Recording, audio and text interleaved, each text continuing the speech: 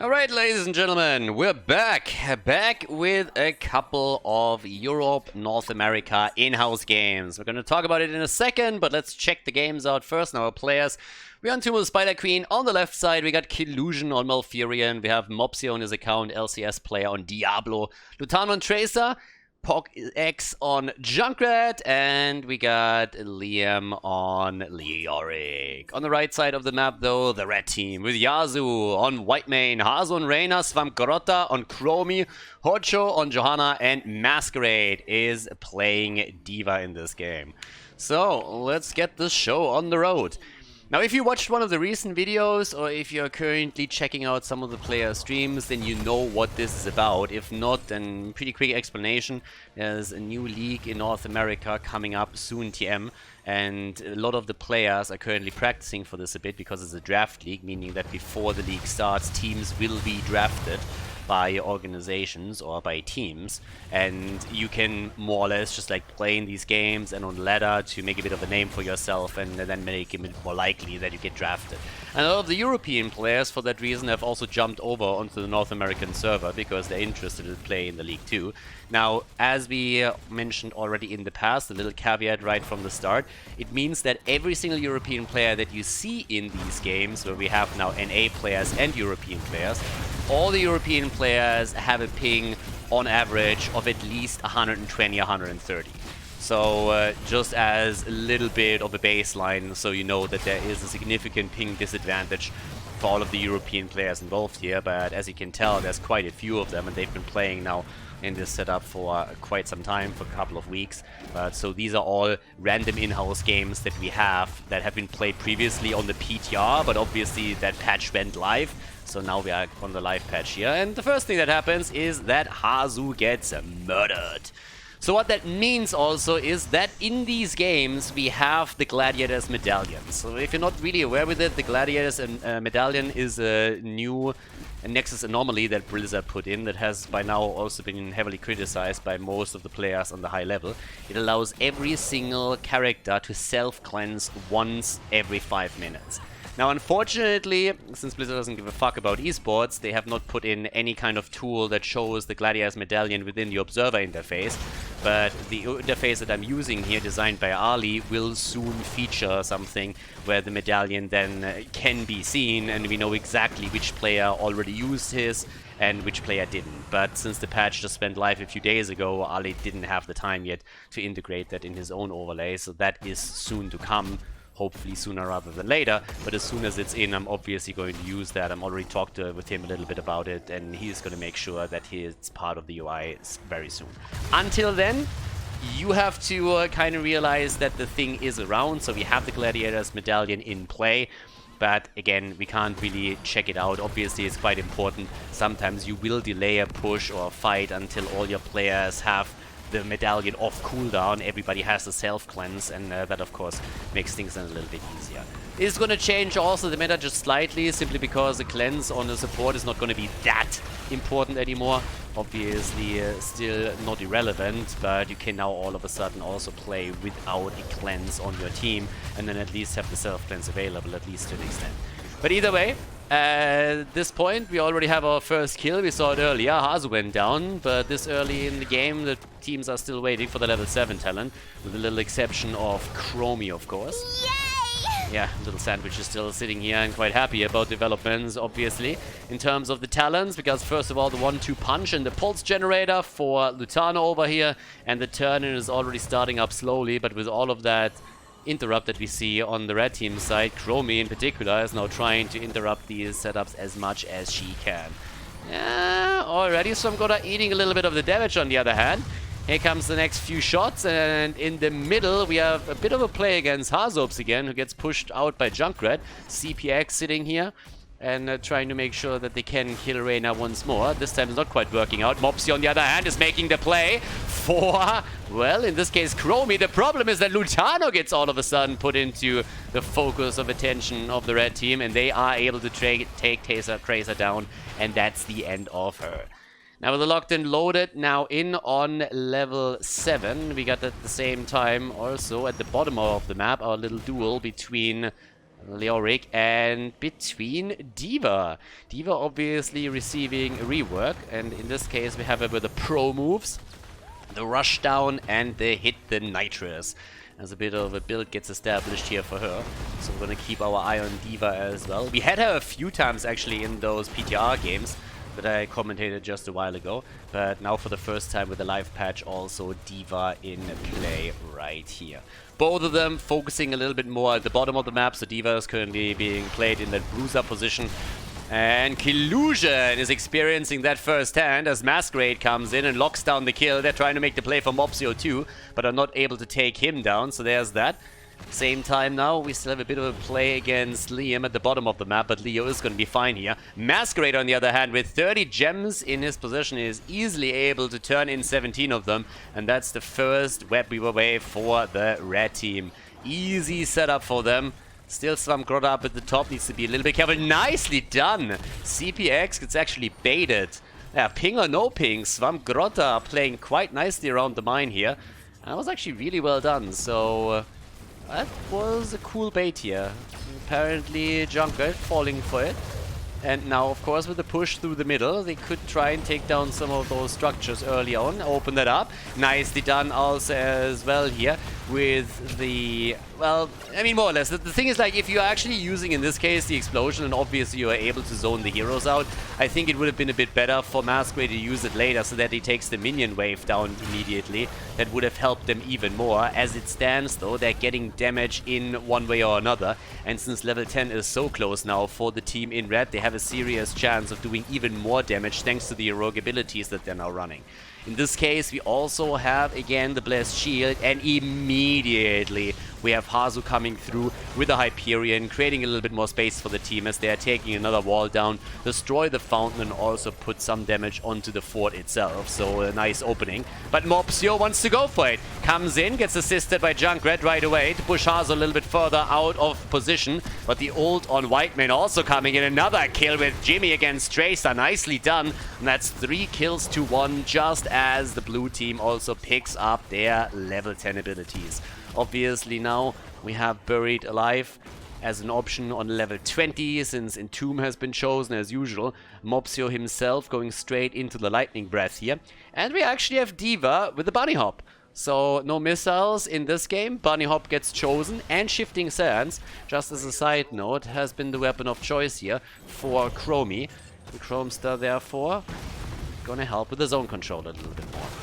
But either way, right now we have top side, also a bit more damage. Nice, there's the Gladiator's Medallion right there. So CPX immediately coming through, saying like, yep, nope, I'm definitely gonna die here if I don't use my self cleanser. Now he's on a 5-minute cooldown on that bad boy.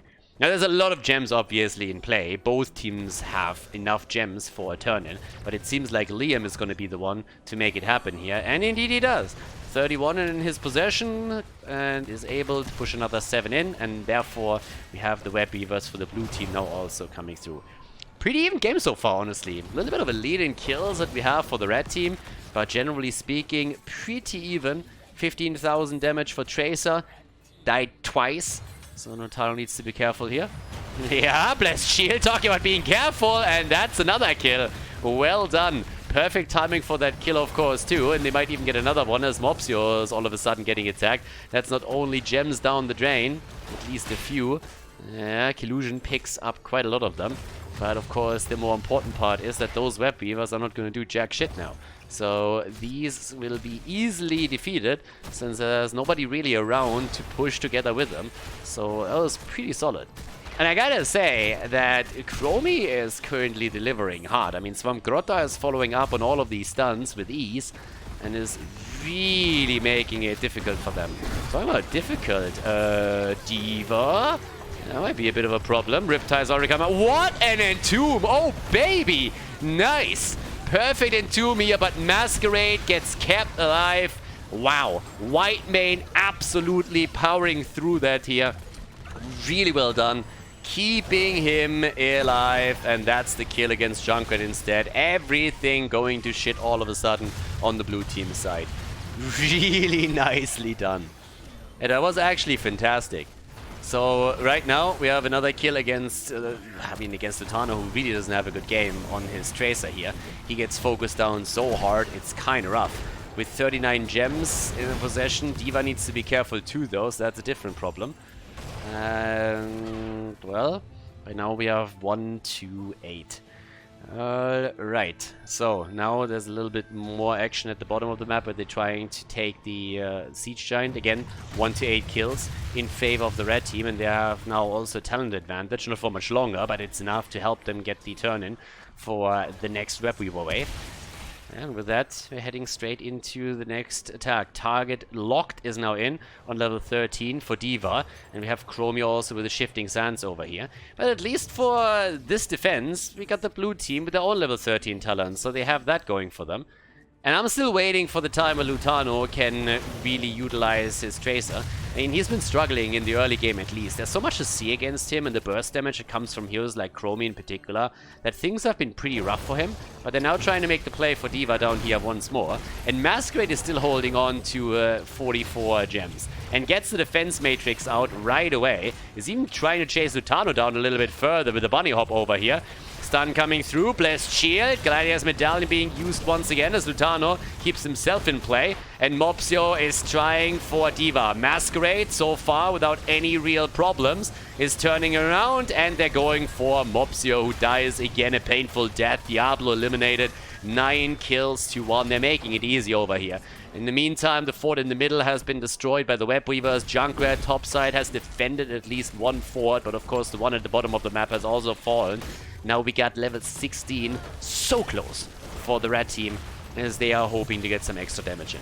One of the things that I haven't really pointed out yet, but I still want to at least mention, is that we have on level 1 the Ace in the Hole for Hazops. There's obviously always the ongoing discussion between Ace in the Hole and Exterminator. And as I said now multiple times in this current patch and in the patches before, it's not really mandatory anymore to go for Exterminator. So at this point, Blizzard has seemingly really found a middle ground between Exterminator being a fantastic tool on a lot of maps, but Ace in the Hole being quite powerful, especially if you have a lot of heroes with slows and you can proc that damage reliably. So over here, the fight for another camp. Blessed Shield thrown out. Doesn't hit anything because of the time trap. And that's the kill against Johanna. Tracer pays for that kill with her life though. So Lutano at least trading 1 for 1 in this case. Masquerade with 62 gems now. Should probably try and go for the turn in. As we have another attack by Mopsio. He's getting aggressive. Aw, mini Diablo. Cute. It's actually shrunk right here. And that's, at least for now, the end of Diablo once more. 70 gems on Masquerade. It's like, damn, he really wants to go for the triple digits, apparently. So, let's see. We got Svamgrotta in the middle, looking for mana, therefore moving back. Hazops is 18, so he's currently also turning in, but they're spam pinging Masquerading for good reason. They're just like, dude, don't be greedy here. We know you like the bling bling, but hand it in, baby. Still has 34, and that's another Web Weaver wave right now. Okay, so 11 to 2 kills. Let's look at the damage output now that we have level 16 talents on both sides. We got still the 25,000 as the top damage for the blue team, with Lutano on his Tracer leading the charge here, but also leading in deaths. He has 5 already, which is kind of insane. He's pretty much responsible for 50% of the deaths on the blue team here.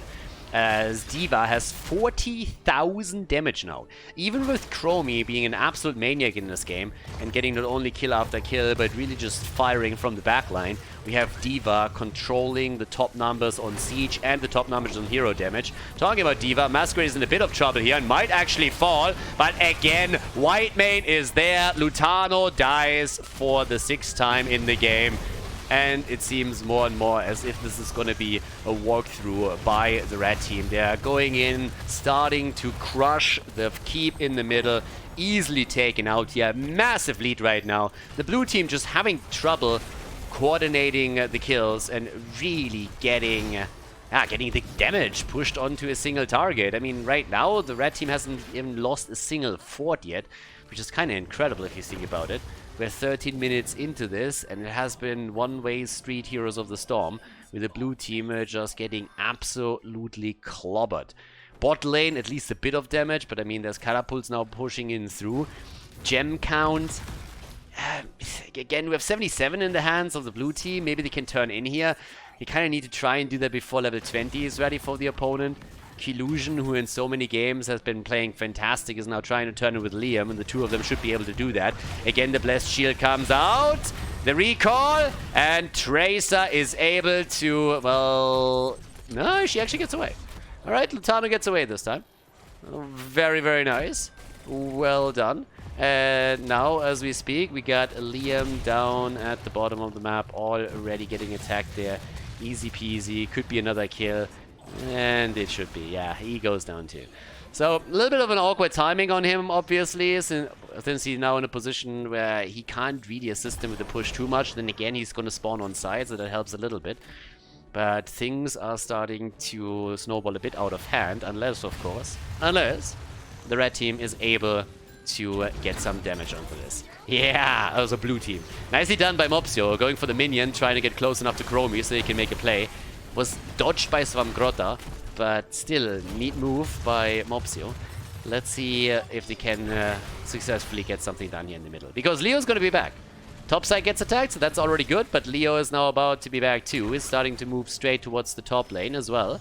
There's once again the explosion of Masquerade. Nicely done. That's actually going to help with the wave clear very heavily. Diablo gets attacked. Chromie with a ton of damage over here. And it could be the end of the Lord of Terror once more. And not all that terrifying here today. That Diablo, it's more like one of the... It's more like a Chihuahua version of Diablo. A Diablo that you can pet, so to say. So a little bit of a small one.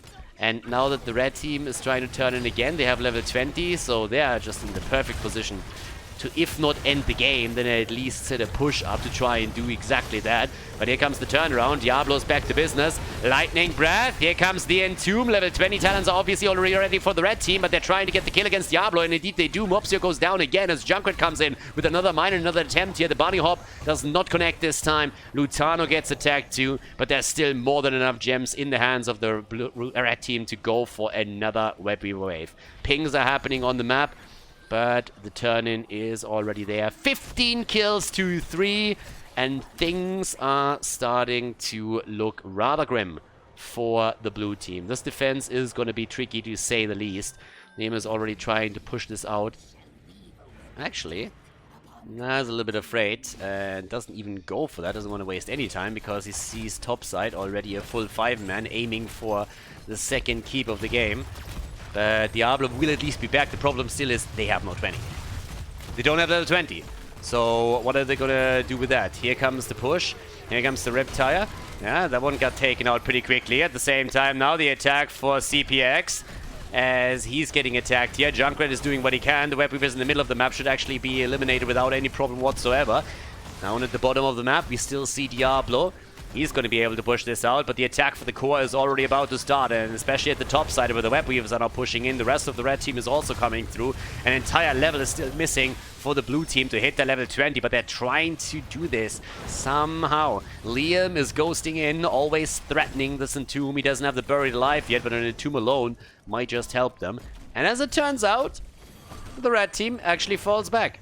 We're 17.5 minutes into the game, and they still have not lost a single fort. But here comes the move for boss. So they're gonna try and force that fight here. And Mopsio is already sniffing this one out. So Mopsio on Diablo, he suffered a lot of pain in this game.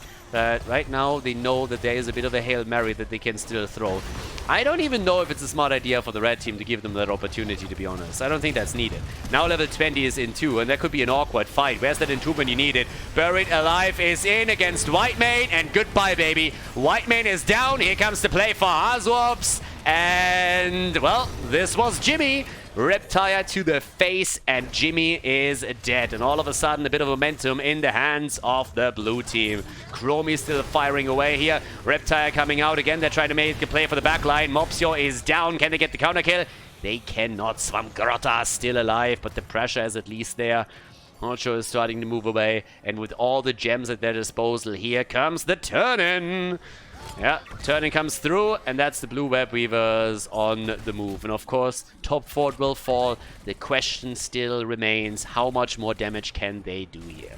We still got Jimmy out for another 30 seconds. White main also not here. Turn-ins are in. Liam is already sitting topside and trying to push this out, doing what he can. And at the bottom of the map, similar wave clear in the hands of CPX as he escorts another wave in.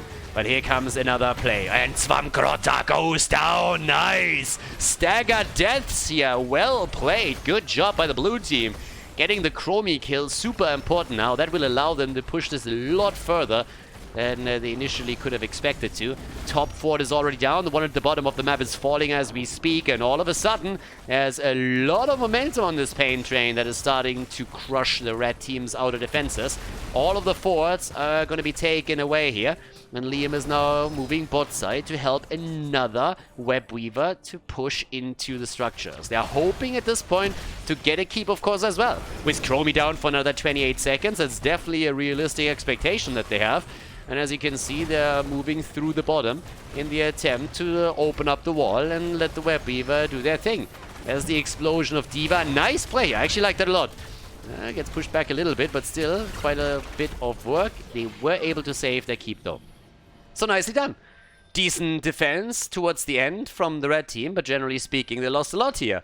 And the map is, of course, now opened up. We got 6 kills against 16. Things are starting to look a little bit better. 61,000 damage for Chromie. We got Diablo on 6 deaths, Tracer on 6 as well. And a couple of those heroes have really started to catch up on damage. You look over towards Tracer, you look towards Junkrat, and we have both of them actually scratching on the 60k, whereas D.Va, Chromie, and Reyna have all reached that number, as is. A little bit of a Riptire scout, and also now the attempt to make that play and take that wall down. Siege Giants are at the bottom of the map, so that's going to help. If they can distract them a little bit longer here in the middle, and those Siege Giants might eventually even do damage to the keep itself. And there's a fight happening now over the hard camp. The Bruiser camp gets attacked. Here comes the bunny hop, and Killusion is in trouble, and the old guy goes down. Malfurion is dead. And now Mopsio himself is also in a world of pain. Hellgates it out of there, though. And that saves him, at least for the time being. But as I said, at the bottom of the map, it's time for that keep to actually fall. If they don't take care of it, that keep is going to fall. Now, in this case, no real action against Hutria, but then once more, Liam was just like trying to prevent him from moving in, so it doesn't matter that he misses the Entomb. The Entomb did exactly what it was supposed to do. Make sure that there was no follow-up. Diablo still dies and is now down for the count, but the keep has fallen. And the question is, of course, how does the red team play it now? They don't... actually, now they do have the gems. They could turn in. But they have a 5-man, and they're trying to go for it. They have 5 heroes, they're trying to go for core. 3 defenders at this point. But of course, there's also quite a little bit of damage. And here comes also Riptide number 1 as they're trying to buy themselves a little bit more time. Keep in mind, there is a catapult over here and Siege Giants. This core is losing hit points. Not a lot, it's not gonna fall here, but still, that is a bit of a concern. And they themselves haven't done any damage on the left side of the map just yet. So those shields are still in play, and now Malfurion is back too. And all of a sudden, the red team is on the run. Starting to hightail it out of there and just hoping to escape and maybe make the play for the boss who is now up again. The interesting part is that they actually lost 5% on their core, whereas the blue team didn't lose anything. So there's still a catapult coming in, but with the next minion wave already spawning, that's not going to be a big concern. Diablo is back to business, and it's going to be a 5 versus 5 in just a couple of seconds. Liam scouts it out, has a little bit of a look over here, just as the fight comes through once again. Riptires are now happening. Just all fucking time, as another one goes straight in for Chromie, and Swamgrota starts to get dropped pretty low here. And that's just the moment where the red team realizes, boys, that's probably not gonna happen. Do we really want to go for that boss? Nope. Not a good idea, so let's just scratch that. So they let the boss go, and instead they focus on the defense, at least for now, a little bit. They are the ones that have the gems, though. They are the ones that have the gems here and could go for another Web Weaver turn-in. Honestly, they could have done that already earlier. They could have done that just as they were dominating and thought about going for core. But they didn't, so it's a little bit difficult, more difficult now, because obviously there's some resistance from the blue team as they are hoping to ensure that nothing is happening around that. Camps get taken now too. Bot lane, again a bit of a concern. The only lane where the blue team was able to take the keep down and save their own, which obviously matters in this case also quite a lot. Mopsio needs most of the Chromie damage here. And talking about damage, where's our little Chrome Star? Top damage for her! Yay! Shut up. So Chromie on 75,000 right now, but again, she's getting chased by 3 to 4 heroes that are trying to take over on the top damage numbers. Diablo has died 7 times, and the core already losing some additional machine points.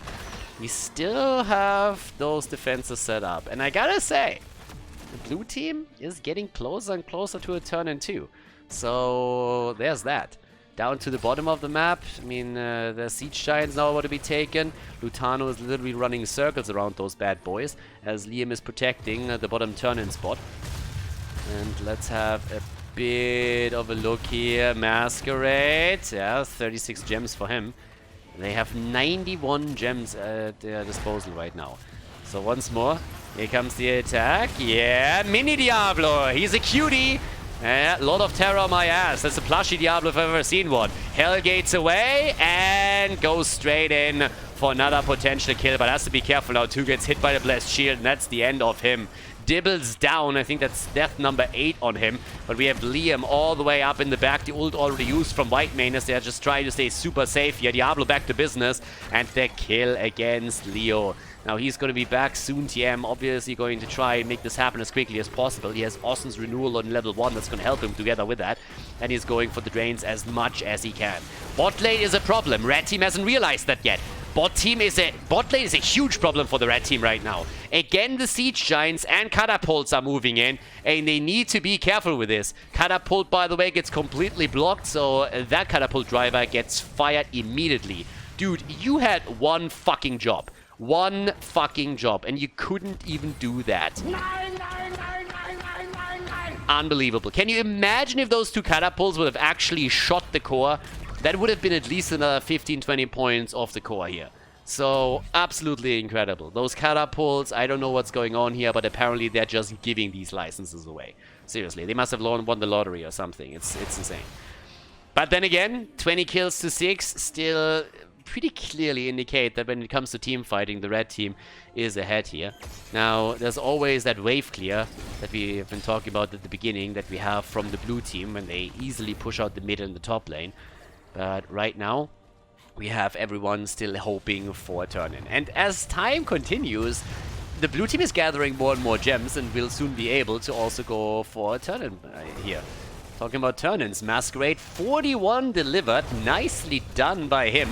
And now we have Jojo trying to do the same thing, but Liam is close. The attack as they're starting to go a little bit deeper, especially of course as we now have the bunny hop. Hoppity hop baby, Riptire. Trying to chase this a bit more. Catapults again, pushing the bottom of the map, as I already said a little bit earlier. Up to the top, we have 2 coming in too. Red Web Weavers are going to come down soon, TM, and that will defend the bot lane. But that is really the moment. 27 minutes into the game right now. Yeah, catapults finally on the core, but I don't really think they're going to do too much here. There's a minion wave that came in. Web Weavers are now coming through, so that shouldn't really be a problem. The issue is more so that the blue team now has to somehow hold on to this. Their bottom keep isn't really under pressure, but it's going to be a huge amount of pressure onto the core itself that they have to somehow deal with. And Leo is trying to defend the top lane pretty much solo, as the 5-man of the red team is now moving through the middle of the map and trying to end this game once and for all. It's been going on long enough. 13 minutes into it, the keeps were already down. 14 minutes later, that's pretty much still the position that we're being in here. And all of a sudden, they're starting to make their play, but the Web Weaver is down. Web Weaver number 2 is also eliminated. And now it's starting to get a little bit awkward. This, by the way, is exactly one of the things that players have been pointed out ever since Blizzard came in and changed the maps a little bit, where they said, listen guys, there's a lot of the objectives that we have now don't really feel all that impactful anymore. And they highlighted back then, especially Tomb of the Spider Queen, and you can see why. That was a 28-minute Web Weaver, and it didn't really feel impactful at all. So with the scaling and everything that we have, and the way things were changed with towers, with forts and everything, all of a sudden, this particular push did pretty much nothing. It was easily defended, and that's a 28-minute objective that we're currently talking about here. So the objective on this map really not as impactful as you might oftentimes think. The push at the bottom of the map, that's a different story though, because now all of a sudden there's the potential to take that keep down, and that was the last one remaining. Personally, I really feel that what Heroes should have done years ago is to put in the same mechanic that you have in Dota 2, where if you kill every single barracks on the opponent's side, you get super creeps that will make things a lot more tricky. So in this particular situation, I really think there should be a little bit more happening than just that one lane being empowered even further, but making this happen on a global scale for this map. Either way, with a kill against Diablo, there's still a potential to maybe end this over here, because with 29 minutes on the board, of course, there's a big push now happening through the middle too. There's still the spell aura that we have right here, and the attack is incoming. Nearly 100,000 damage now from D.Va alone. Masquerade really getting the most out of the hero, whereas Diablo is looking slowly but steadily at a double-digit death count, which is not really favorable for him. We have a lot of heroes that are also trying to join the 6-digit club here. And the first one to join is Chromie. Chromie with 100,000 damage. Yeah, but the defense is still set up here. I mean, they can't really go for core. They're trying, but there's not a lot happening. The blue web weavers that were summoned in the meantime are pushing out the top and the bot lane, which means that only the middle is really a concern now. And they're losing their shields. They might actually lose a couple of points here, but I'm not quite sure if this is a position where the red team can end. It doesn't seem like it, especially since Diablo's going to be back soon. And they didn't get a follow-up kill after they took the Lord of Terror down. So that's a huge problem here. At least they were able to get a bit of damage onto this thing. We have now two heroes that are in the 6-digit club, but more and more are going to join as this continues. But this game is getting a little bit bananas here. Considering that we have a 15 kill discrepancy between them is insane. Yeah, there's already another Blessed Shield as they are trying to move away here. Lutano got actually stunned out. Mopsio again charging towards the minion as he's attempting to get a bit closer so that he can reach some of the heroes, which wasn't really the case here. Now, obviously, those web weavers of the blue team were now used as a defensive tool and don't really do anything else. But holy hell. 26 against 25. We're really deep in this now. And there's camps on the map that still can be taken, and this is where they're aiming for now. But the boss is also up at the top. Liam is sitting right here and is like, hello, boys! How you doing? Hiding on the boss spot. Yeah, obviously fully aware where he is, but his main reason for what he does here is just to make sure that nobody takes it in the meantime, but keep those buried lives in mind. He could easily turn that fight. Quest completed for Diablo. Has now a resurrect available to him. And the bot lane, the same thing. Like, this has been such a consistent problem now for the red team that's a bit mind-blowing they allow this all the time. These siege giants are now for the 4th, 5th time in a row taken by the blue team. Which means that the bot lane is consistently an issue. And now you are in this weird situation where the bot lane is so far away from the top, obviously, that it's really difficult to send someone down here when everybody postures around boss. The blue team, though, starts to stop the posturing a little bit. And instead moves in with an attempt to kill Chromie. Mini Diablo's in play again. They're trying to make the play for Masquerade. Bot lane gets pressured at the same time. Here's the Hyperion, and Mopsio hellgates it out of there. Moves out of it quickly as he can. But now, again, the bot lane under pressure. The core is soon going to be attacked here. Siege Giant's already there. Liam goes down, and the counter kill against D.Va. D.Va is dead, gets murdered here. Nicely done. And at the bottom of the map, still those Siege Giants are trying to take at least the catapults down.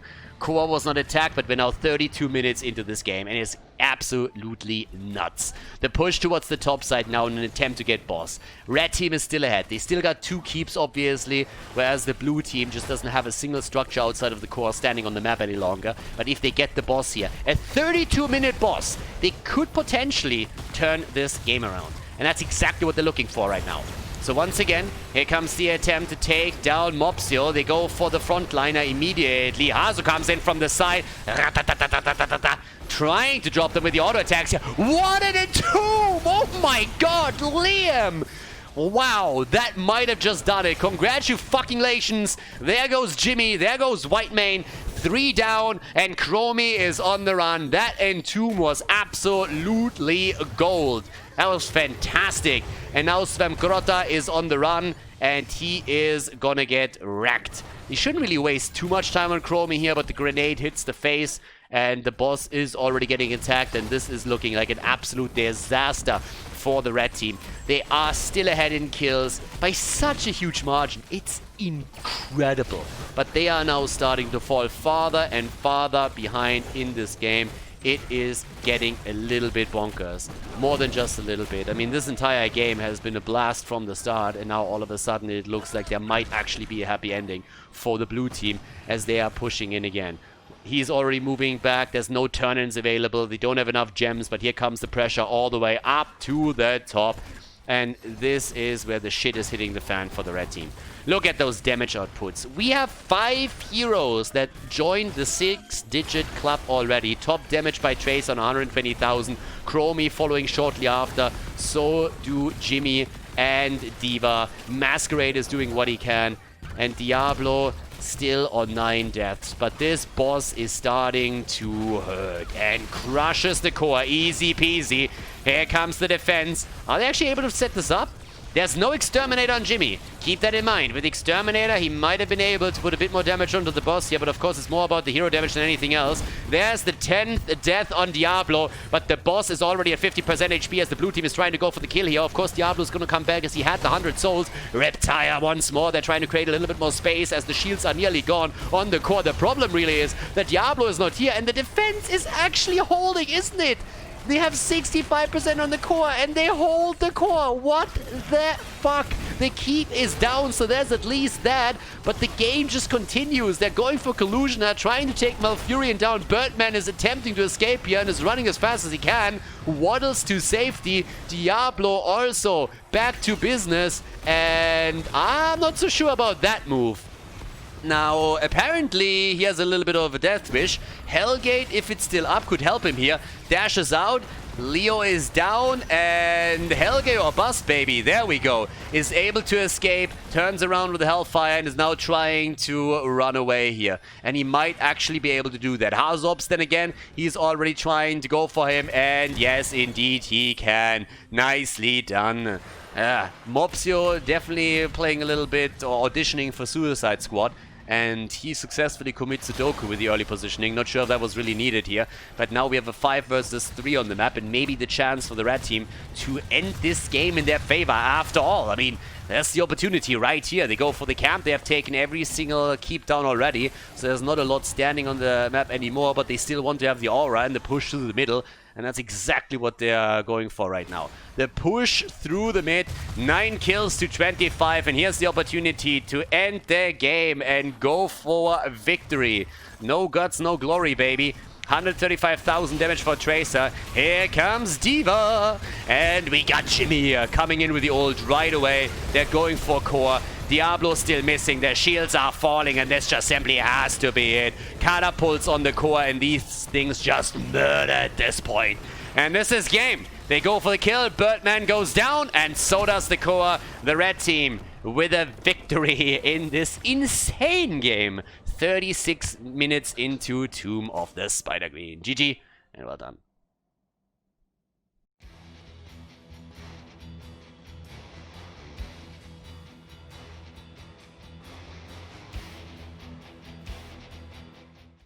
Off we go. Another game, another match with North American and European players.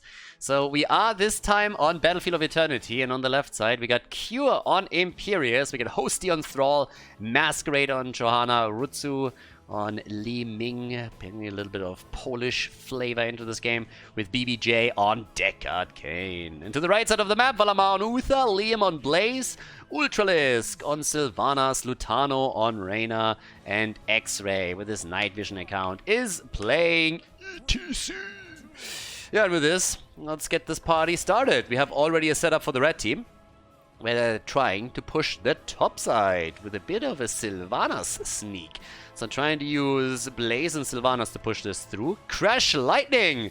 A little bit of Trash Lightning action over here, since we have Imperius sitting at the top side, going for the potential 1 versus 1 setup. Thrall has started to join the 4-man, and is now trying to stack, which means this is also going to result in all of the team players on the right side trying to just put a little bit more distance between each other.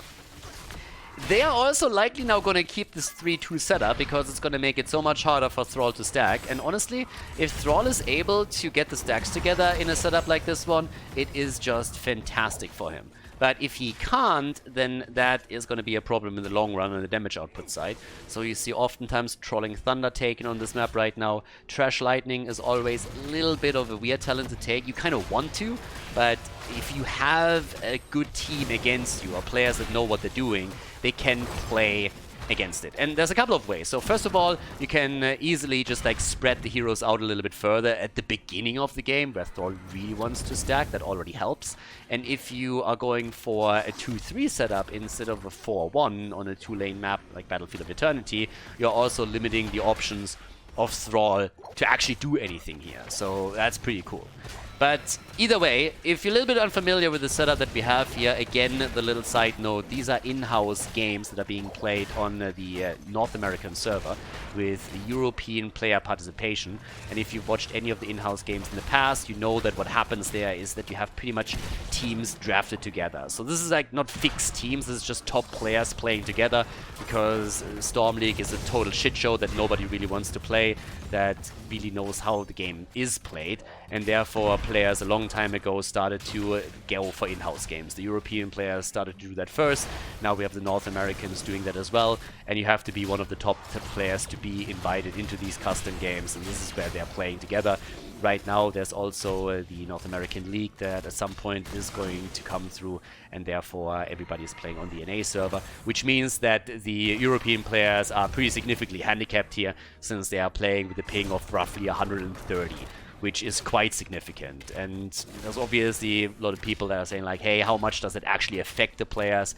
Pretty much every European player that you ask about it is going to tell you straight up that they have to change their entire playstyle, play way more predicting what's happened. They can't really make any reactionary plays in the same way they can do in the European server, and they feel that it really limits what you can do. Now, of course, if you change the way that you approach your map and you focus more on a macro level, you can mitigate that to some extent, but it's definitely a bit of an issue. One of the reasons why we also like rarely see players crossing servers if they don't really have to, but again, for the last couple of weeks it has been a bit of a thing. We'll see how long that's the case. Either way, as we're looking now at the setup, we have our first objective on the map. By the way, this time Exterminate on Jimmy, the obvious choice, since you want to go for the extra pressure on the Immortal. A little bit of a jump over here already, nicely done. We currently have at the bottom of the map still some pressure from Wutsu, who's trying to take the towers down. And this is a pretty good example. So normally you wouldn't really see Li Ming linger around at the bot lane for this long, but if you can get a bit more damage in before the fight even starts, then why not? It's that focus on the macro elements that you can see here, even though it's just a tiny variation of it. At this point also in play is Ruby for Deckard Cain as the level 1 talent. And topside, we have Ultralisk starting to get a lot of damage done here too. And this is likely going to result in the fort being destroyed. Another really good example of how you have players now focusing more on a macro level play than just going for that team fight that you normally would see on this map. So the draft Sylvanas maybe a little bit more in a higher priority position, just simply to allow plays like this and now take a fort down. And honestly, that's an insane play if you think about it. Especially since they didn't even lose the Immortal yet. This is a halftime show. It's more or less a 50-50 that we're seeing here. So it's actually huge. That's really huge. But, well, nicely done, at least for the time being. And if they can also win this bad boy, that would be the dream. But over here, Lutano stands around for quite a long time. Okay, Blaze gets stunned out by the Immortal. Leon didn't see the circle over here apparently, or at least didn't give a fuck. And now that we're moving in with the level 7 talents, the red team has an advantage, just trying to use it to win Immortal number 1. Could be a bit of a beating here if this continues. Right now we have a solid lead for them. And check out Thrall. Thrall has only 2 stacks. We're now nearly 5 minutes into the game and he has only 2 stacks on the Trash Lightning. And a lot of that is because the red team played really well around their talent choice. They looked at the talent and said, alright, we're gonna split 2-3 on the map, not the normal 1-4 setup, and allow him to get those stacks in. We're splitting in those fights a little bit more, and we're gonna make plays on a macro level more so than anything else. And they don't have to keep that up the entire game. Even if Thrall stacks well at the beginning of the game, he normally takes quite a long time to complete the quest. But if you early on are able to shut down those easy stacks for him, you put yourself in a really solid position where he just comes online way too late to have a big impact here. So now we have a pretty powerful push at the bottom of the map, and all of this comes after the red team has already destroyed the top fort. So a very solid position for them right now. And, well, with the keep at the bottom of the map falling too, the red team is looking at a very, very good setup. Now, I said it in the games before, and sorry if you heard it already, but I have to put that out again.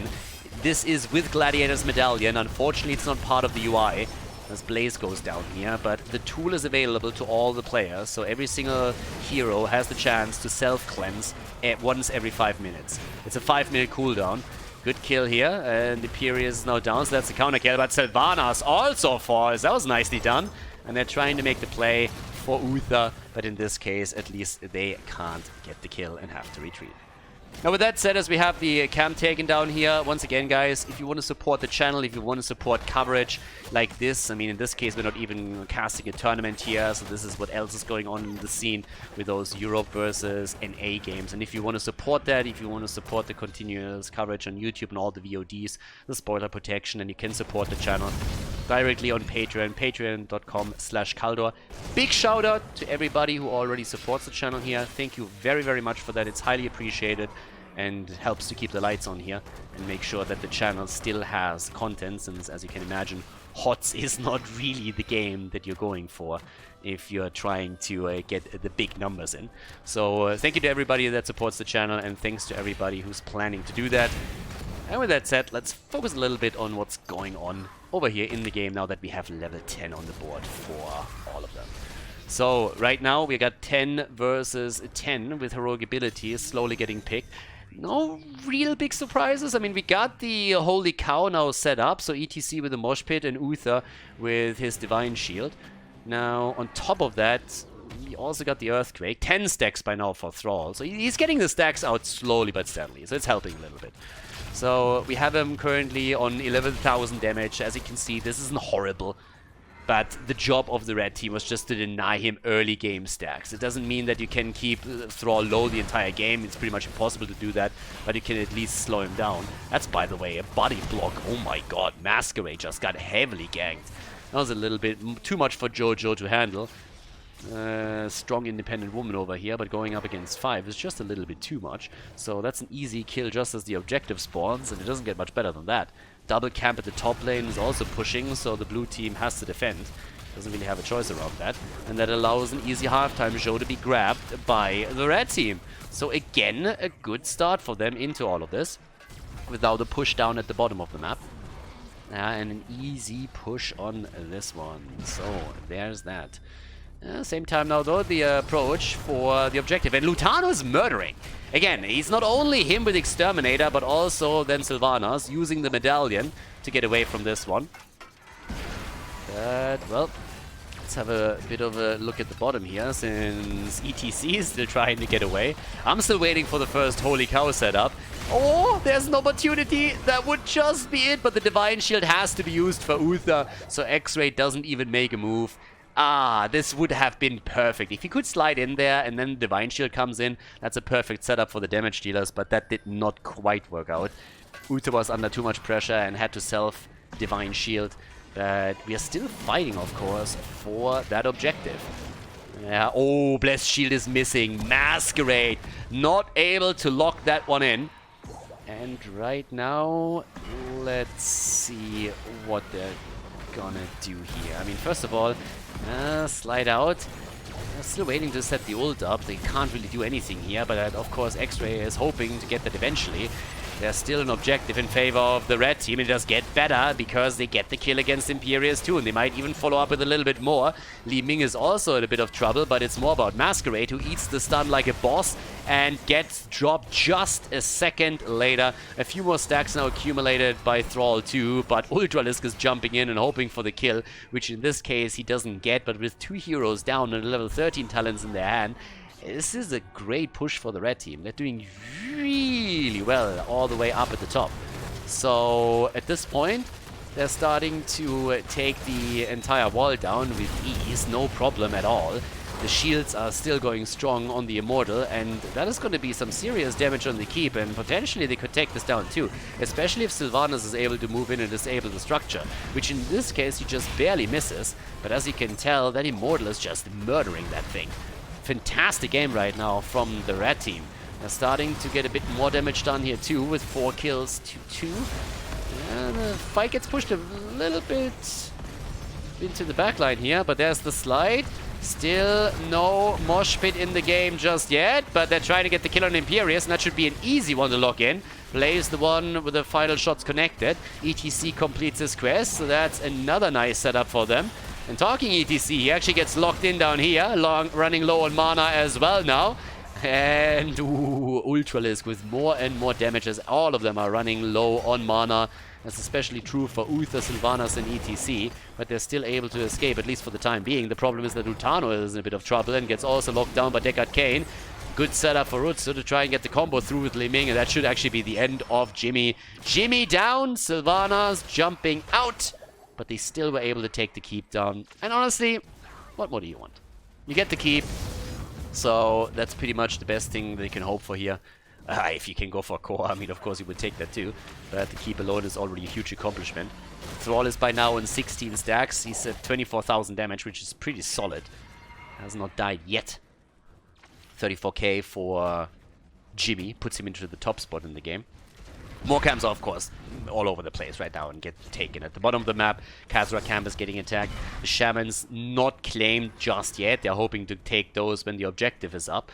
Unless, of course, the red team feels, or the blue team feels empowered to go in and try and take this here. I'm not quite sure if we're going to go that deep. But instead, we have now Sylvanas starting to make the move. And Masquerade is there. Maybe a little bit far out. Body blocks are in. But the attack is coming. And here comes the Mosh Pit. Mosh Pit is in. And that just looks beautiful. Slows them down. Saves the ass of, well, maybe Lutano. But no, he's down.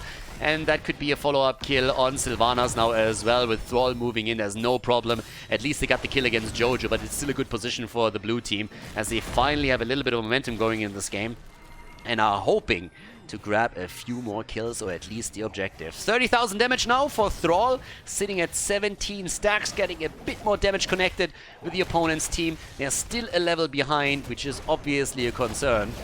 But all the way up to the top now, the position for Liam, as he is helping with a bit more wave clear.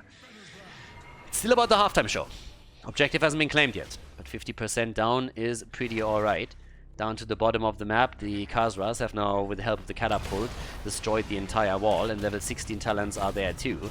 So here's the chance to maybe set this up. And Deckard Cain in trouble. Stun into stun, the Immortal is helping out, and the old man is getting murdered. Wow.